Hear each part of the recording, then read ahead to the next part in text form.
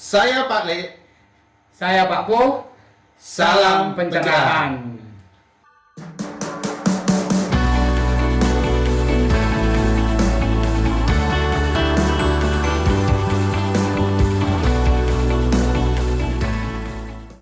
Pada kesempatan kali ini, Pak Le dan Pak Po dapat tamu dari ahli-ahli, ahli hadis dan juga ahli pendidikan. Nah, di sini ada Pak Haji Mahrus. Nah, ini Pak Haji Mahrus, ahlinya hadis, dan Pak Bahrul Munib, ahlinya pendidikan.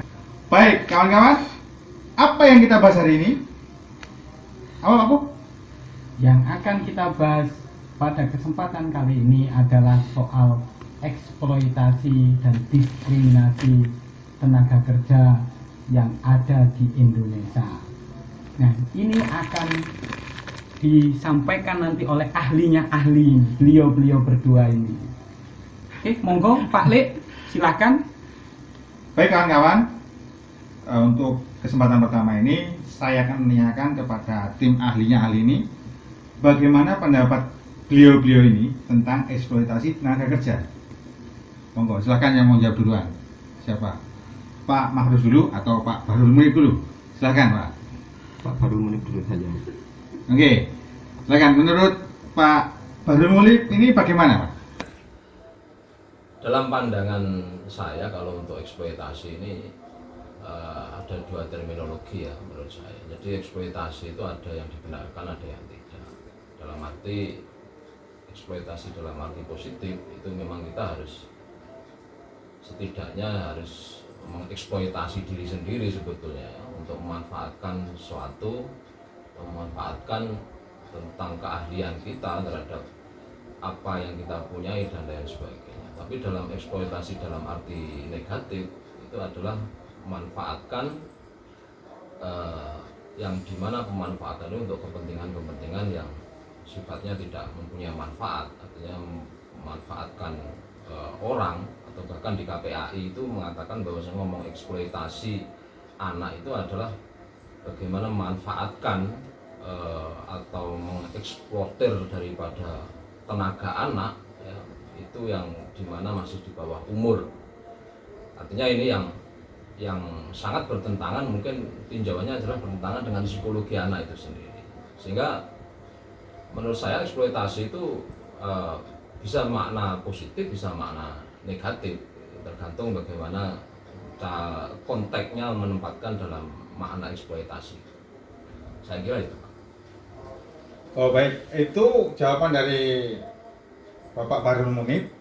Nah di sini tadi disampaikan bahwasanya ada baiknya ada buruknya tentang eksploitasi. Nah, bagaimana sebagai seorang pendidik juga ini, Pak Bahrul Munib juga sebagai pendidik juga, apa yang perlu dipersiapkan bagi teman-teman milenial dalam menghadapi situasi lapangan kerja saat ini, baik di dalam negeri atau di luar negeri, nah, agar mereka tidak mendapatkan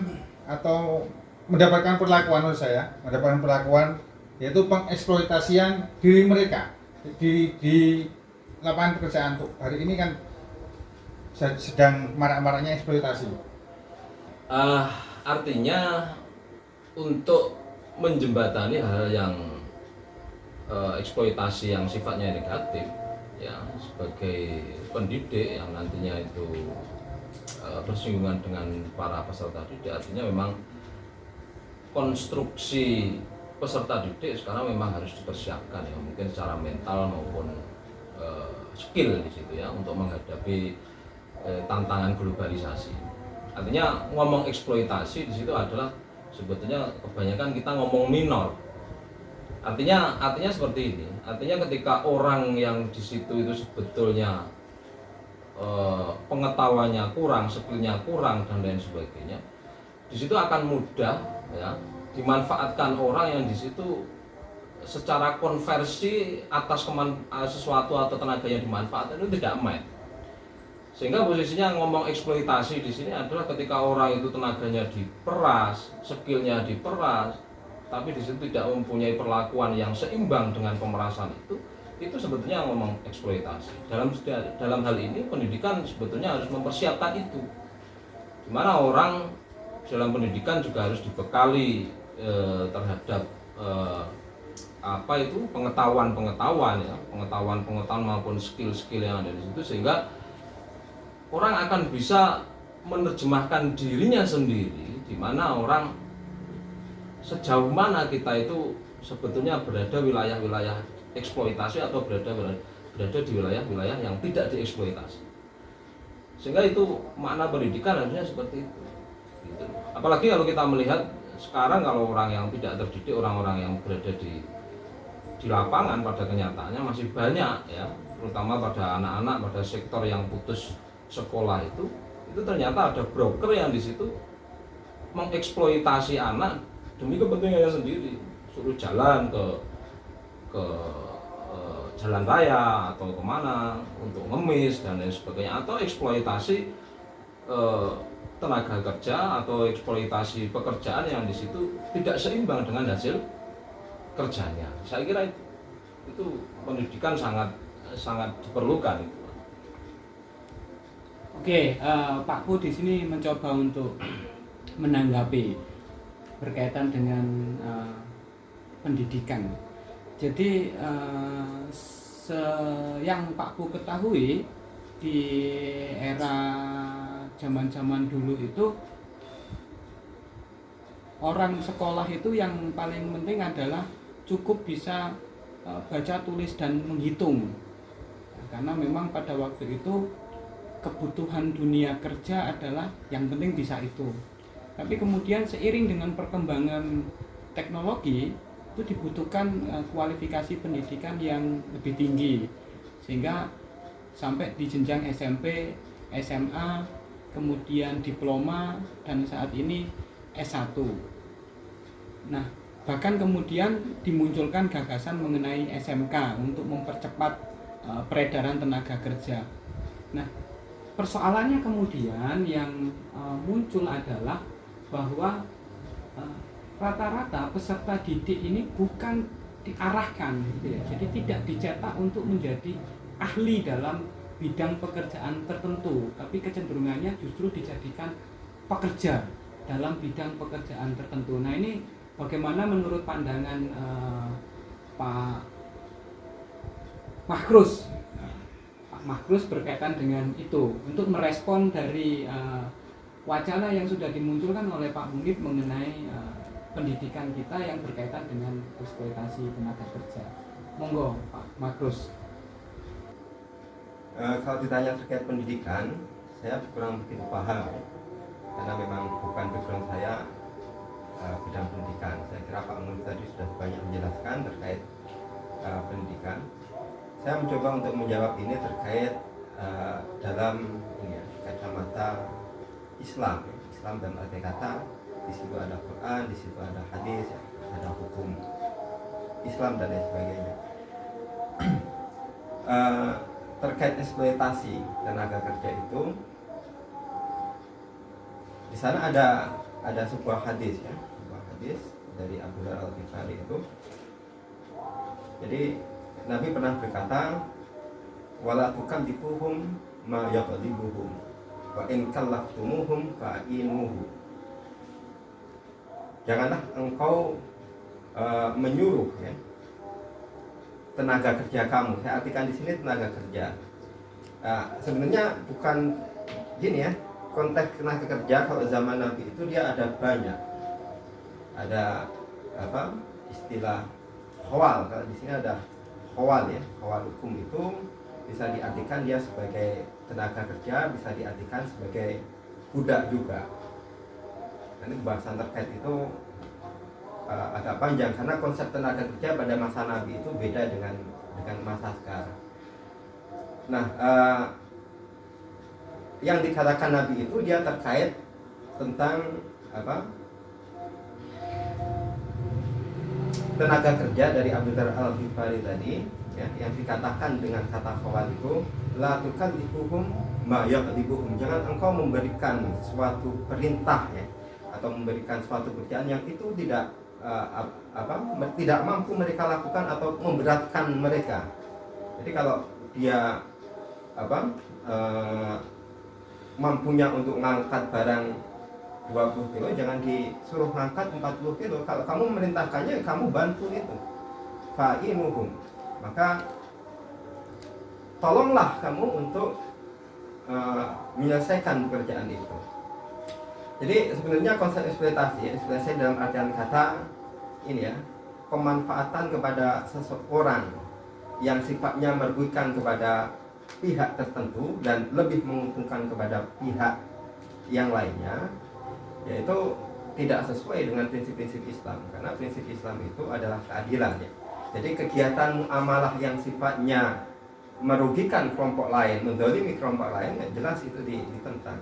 Tidak hanya eksploitasi itu kepada orang lain, eksploitasi kepada diri sendiri pun itu juga dilarang sama Nabi. Gimana tuh cara bentuk eksploitasi diri sendiri itu?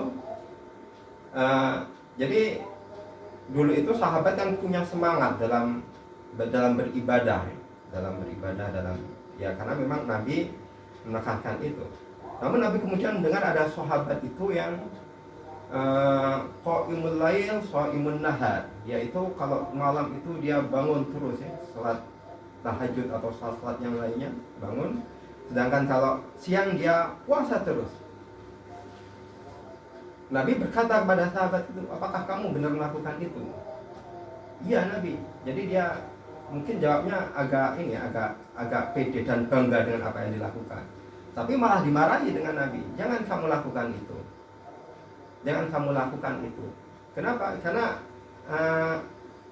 ya tubuh kita ini dia punya hak. Jangan dieksploitasi. Kata Nabi, ya kamu bangunlah kalau malam, juga tidurlah. Kamu puasalah kalau siang, juga kamu berbukalah. Sahabat itu dia ya karena merasa kuat ya. Ya. Jadi mungkin ini ya dianggap itu masih kurang cukup. Kata Nabi gimana? Kalau kamu mau, silahkan kamu kalau puasa seperti halnya puasa Nabi Daud. Gimana Nabi Daud itu ya?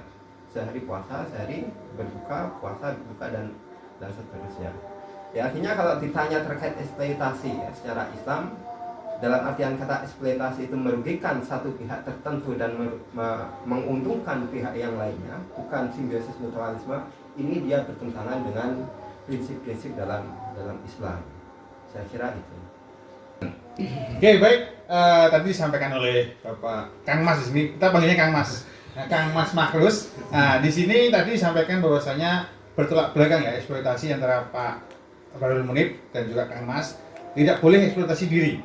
Nah, dari sudut pandang pendidikan saat ini, eksploitasi tenaga kerja itu sering terjadi. Dan juga tenaga kerja itu bukan mulu-mulu dari generasi milenial, dari perguruan tinggi, dari lulusan-lulusan mahasiswa terbaik, tidak seperti itu. Tapi tenaga kerja saat ini pun juga ada dari lulusan SMK. Nah, apakah yang harus dipersiapkan para pendidik untuk mengarahkan siswa-siswanya agar tidak tereksploitasi tenaganya, kemudian pemikirannya oleh perusahaan-perusahaan yang tempat mereka bekerja. Nah, itu bagaimana menurut Bapak Munib? Silakan. Sebetulnya pemerintah saat ini sangat serius ya dalam menangani lapangan pekerjaan. Ya, apalagi ketika dikaitkan dengan orientasi lembaga pendidikan tertentu yang di situ nanti ketika lulus itu sudah posisinya sudah bisa diterima kerja di lapangan pekerjaan. Pada tataran pendidikan sebetulnya program pemerintah ini saya kira sudah bagus. Artinya pemerintah di sini memberikan porsi yang banyak untuk sekolah-sekolah kejuruan, ya seperti halnya SMK dan lain sebagainya, atau yang sifatnya non formal seperti BLK ya di situ untuk menangani itu. Tapi yang jelas pada tataran realitanya ini juga tidak diimbangi oleh penyedia lapangan pekerjaan itu sendiri terhadap keseimbangan hasil daripada yang dikerjakan oleh siswa. Dan banyak sekali seperti halnya contoh gaji lah. Kalau kita ngomong ukuran dari eksploitasi, artinya ada ketidakseimbangan ya di situ. Contoh gaji. di mana orang yang taruhlah sudah bekerja mungkin jam 6 harus berangkat, setelah itu pulang maghrib, akan tapi gaji juga masih di bawah UMR dan lain sebagainya. Ini sebetulnya bagaimana pemerintah harus mensinergikan ini sebetulnya, sehingga kata-kata eksploitasi ini tidak menjadi kesan di mana hasil daripada jerih payah pemerintah dalam hal ini mulai setting daripada pendidikan, setelah itu mau setting daripada lembaga non formal yang di situ diorientasikan ke lembaga pekerjaan, di situ harus ada keseimbangan, gitu. Termasuk bagaimana layanan-layanan terhadap para pekerja, gitu. Safety mungkin para pekerja dan lain sebagainya. Bagaimana orang yang bekerja di salon, ya, termasuk bagaimana pemberian THR-nya, itu semuanya harus ada regulasi sebetulnya, ya, sehingga antara program dari pemerintah ini sebagai input untuk penyediaan untuk mengembleng orang itu biar punya skill di dalam pekerjaan, setelah itu pada prosesnya dia digodok di sekolah atau di BLK atau di lembaga-lembaga pelatihan pekerjaan, akan tapi sebagai penyedia lapangan pekerjaan atau sebagai pengusaha itu juga harus mampu itu, ya, artinya menyejahterakan daripada orang yang bekerja.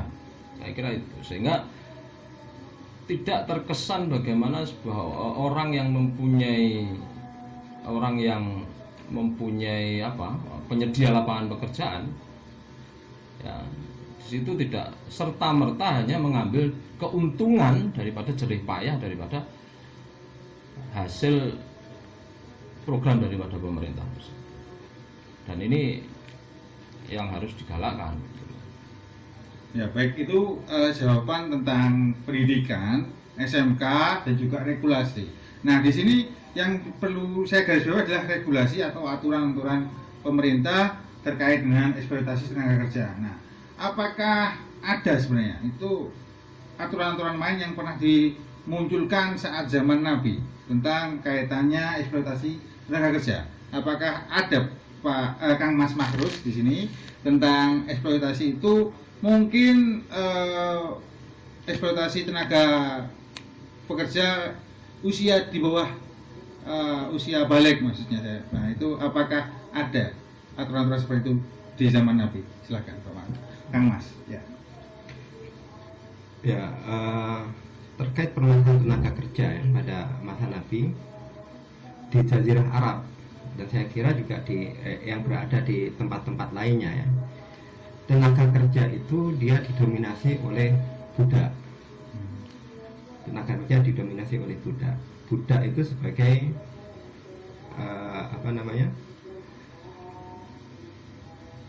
punya peran yang sangat penting sekali dalam proses produksi pada masa itu.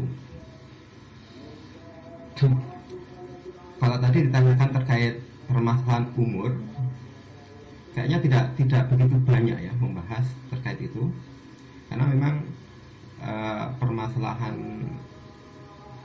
perlindungan anak atau perlindungan wanita itu kan kayaknya isu-isu yang pada beberapa masa terakhir ini saja dia naik kan.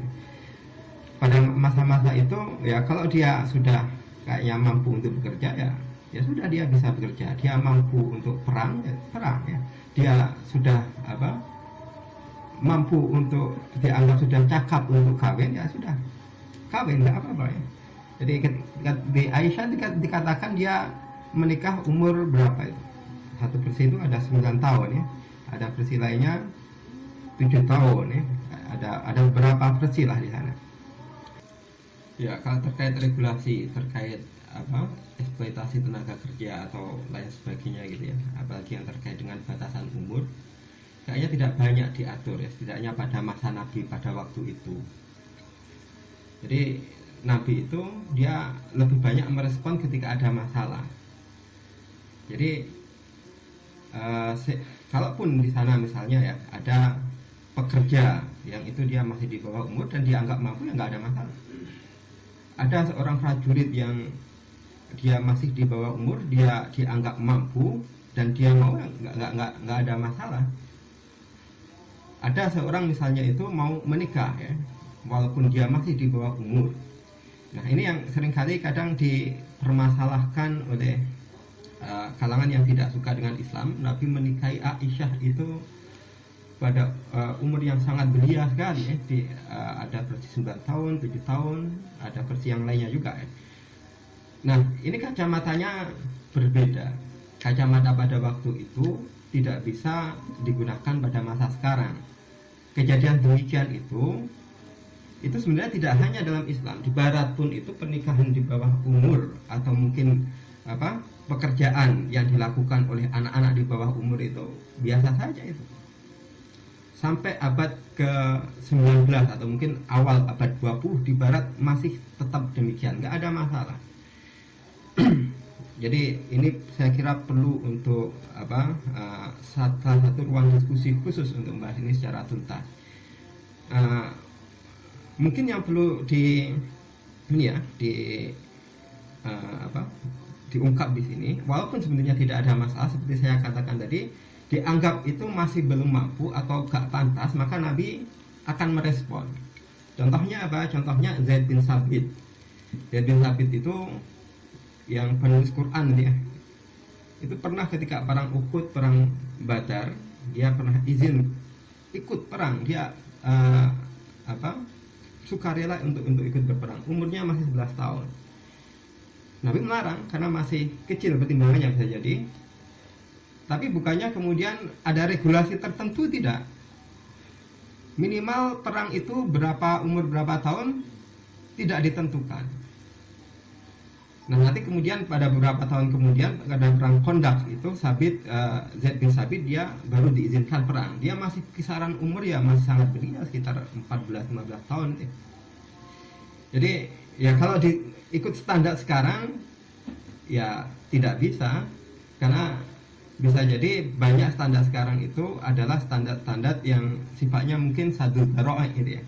Jadi kalau umumnya pemuda itu di bawah umur 15 tahun dia masih kurang cakap untuk bekerja, lebih baik untuk belajar, maka ditentukan aturan-aturan itu, dan itu tidak bertentangan dengan Islam. Ketika misalnya ada perempuan di bawah umur berapa tahun itu dianggap dia tidak pantas untuk menikah karena ditakutkan adanya eksploitasi yang bermacam-macam ya, kemudian diregulasikan, itu kemudian tidak bertentangan dengan Islam, tidak. Cuma Nabi pada waktu itu belum merumuskan regulasi demikian karena dinilai belum ada masalah. Belum ada masalah pada waktu itu. Itu kalau terkait dengan regulasi. Memang banyak regulasi yang ya sekarang kan undang-undang kitabnya tebal sekali. Nabi kan dia efektif dia berdakwah, merumuskan sebuah aturan negara. Itu kan ketika beliau hijrah di Madinah 11 tahun, sekitar 11 tahun di sana. 11 tahun pun saya kira tidak semuanya efektif ya, karena masa-masa awal itu di sana ada Yahudi yang merusuhi Nabi terus. Jadi awal-awalnya itu ya masih berusaha untuk mengamankan dulu Madinah, sehingga membentuk sebuah negara dengan aturan-aturannya yang dianggap tepat itu ya kira-kira cuma berapa tahun itu saja. Jadi tidak mungkin dia akan menentukan semua aturan-aturan secara mendetail terkait kehidupan bermasyarakat, kehidupan bernegara dan lain sebagainya. Lebih kepada poin-poin inti saja. Itu saya kira kalau ditanya terkait regulasi pada masa Nabi.